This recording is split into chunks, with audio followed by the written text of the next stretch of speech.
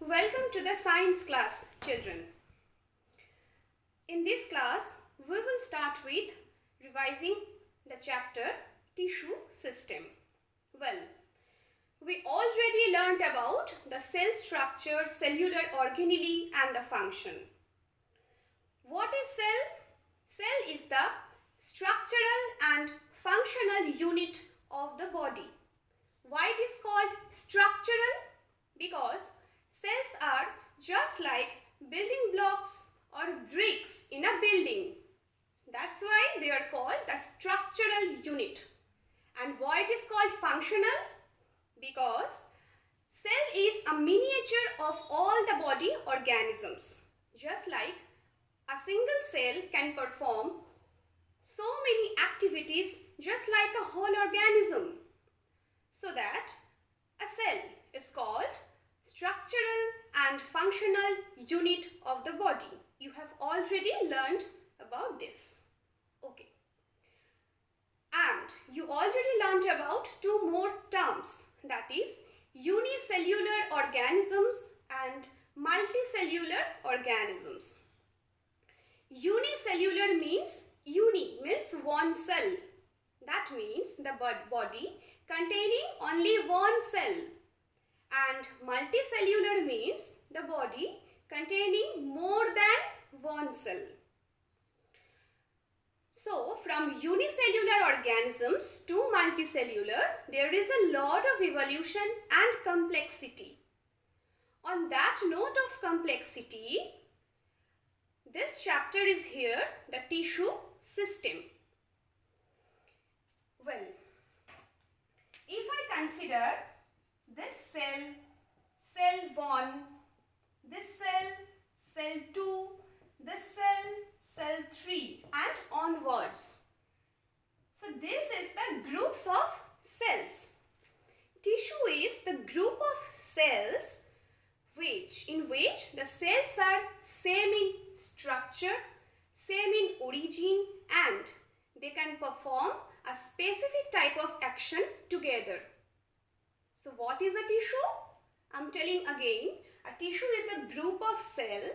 The cells are similar in structure, same in origin, and can perform a specific type of action together.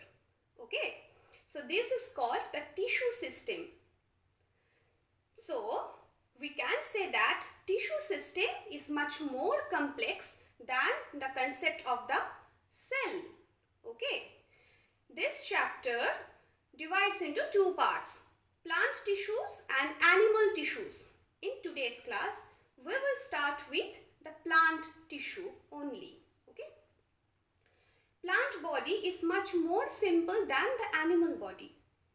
There is no locomotion. That's why they are so simple, just like another primitive organisms.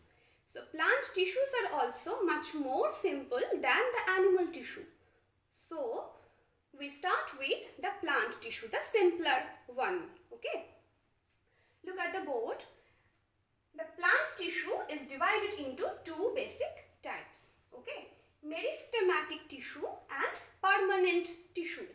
In today's class, we will talk about only the meristematic tissues. Okay. Meristematic tissue indicates the growing tissues of the plant body. Well, what are the growing parts of a plant body? It should be stem, tip, it should be root tip, the bases of the leaves, the bases and tip region of the branches, leaves, etc. So these are the growing portions of the plant body. Meristematic tissue responsible for the growth and development of the plant body. Okay. So we already learnt about the cellular functions, cell division and all. A cell can divide, okay, to enhance their size, shape and in number. So growing the growth and development indicates the number of cell is increasing and the enlargement of the cell. That's why meristematic tissue containing the cells which are very active in case of cell division, and contains large nucleus to perform the cellular activities and the cell division process. Okay, so the cell of the meristematic tissue contains large nucleus to perform the excess cell division for the entire growth and development of the plant body. Okay. Based on the location of the meristematic tissue, they are further divided or classified into three subtypes. That is the apical meristematic tissue, intercalary meristematic tissue, and the lateral meristematic tissue. Okay, the apical region. The apical region indicates the apical meristematic tissue, or we can say that the location of apical meristematic tissue is the apical regions of the plant. What should be the apical regions? Obviously the tip regions like root tip, the tips of the branches, the bases of the leaves, etc. Okay. And coming to the next one, that is the intercalary. If we draw a schematic diagram of a plant stem, there are so many divisions like this. These divisions, these are clearly visible, okay, and these are called nodes.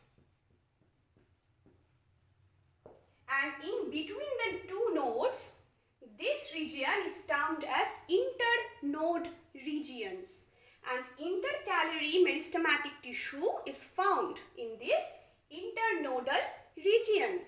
Then what we can say? We can say internode region is the growth and development responsible by the intercalary meristematic tissue.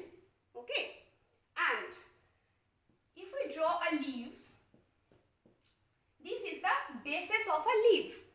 Basis of a leaf can grow, and that growth is depending on the intercalary meristematic tissue also. Okay, then what should be the lateral meristematic tissue location? Obviously the lateral side of the plant body. So children, these are the basic concept of the meristematic tissue. Generally we call it the growing tissues present in the plant body.